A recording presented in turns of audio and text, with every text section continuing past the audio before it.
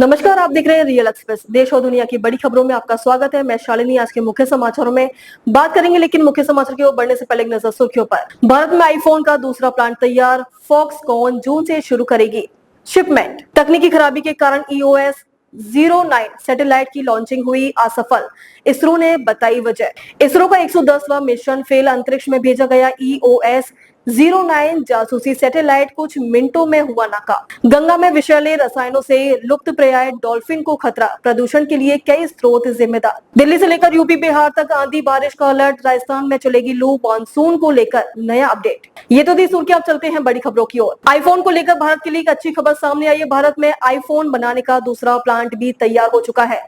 Taiwan की company Foxconn इसी साल जून के महीने से भारत में बने आईफोन की शिपमेंट शुरू कर सकती है। कर्नाटक के वाणिज्य एवं उद्योग मंत्री MB पाटिल ने शनिवार को इसकी जानकारी दी है। उन्होंने बताया कि बेंगलुरु में देवनहल्ली में बना फॉक्सकॉन का नया प्लांट लगभग तैयार है। जून की शुरुआत में आईफोन की कमर्शियल सप्लाई शुरू हो सकती है।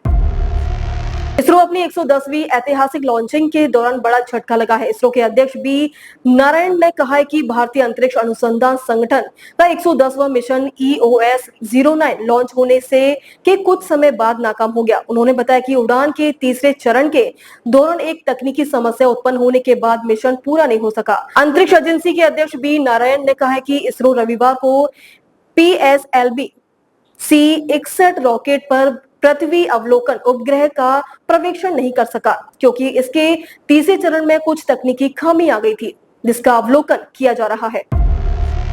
भारतीय अंतरिक्ष अनुसंधान संगठन ने अपना 110वां मिशन EOS 09 लॉन्च होने के कुछ समय बाद नाकाम हो गया। इस मिशन शहरी नियोजन और राष्ट्रीय सुरक्षा के लिए बेहतर महत्वपूर्ण माना जा रहा था। इसरो के मुताबिक अंतरिक्ष में इस उपग्रह को भेजने का मकसद वैज्ञानिकों को सटीक तस्वीरें, हाई रिजोल्यूशन तस्वीरें मुहैया कराना था, जिससे आपदा प्रबंधन आसान होता। बता दें कि PSLV C-61 रॉकेट का प्रक्षेपण 5:59 पर हुआ था। अंतरिक्ष एजेंसी के अध्यक्ष B नारायण ने कहा कि इसरो रविवार को PSLV C-61 रॉकेट पर पृथ्वी अवलोकन उपग्रह का प्रक्षेपण नहीं कर सका, क्योंकि इसके तीसरे चरण में कुछ तकनीकी खामी आ गई थी, जिसका अवलोकन किया जा रहा है।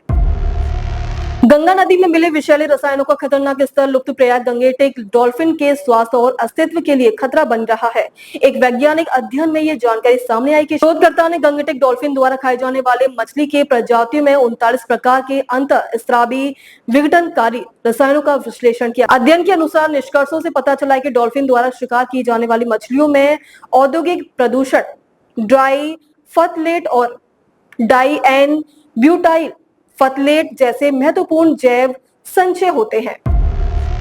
दक्षिण पश्चिम मानसून दक्षिणी अरब सागर, मालदीव और कोमोरिन क्षेत्र, दक्षिणी बंगाल की खाड़ी, अंडमान द्वीप समूह और अंडमान सागर के विशेष भागों तथा पूर्व मध्य बंगाल की खाड़ी के कुछ भागों की ओर आगे बढ़ गया है। मौसम विभाग के अनुसार अगले 3-4 दिनों के दौरान इस क्षेत्रों में मानसून के आगे बढ़ने के लिए परिस्थितियां अनुकूल है। मौसम वैज्ञानिक डॉक्टर नरेश कुमार ने बताया कि उत्तर पश्चिमी भारत में कुल स्थानों पर तापमान 45 डिग्री सेल्सियस तक बढ़ गया है। मौसम विभाग के अनुसार अगले 3-4 दिनों के दौरान इन क्षेत्रों में मानसून के आगे बढ़ने के लिए परिस्थितियां अनुकूल है।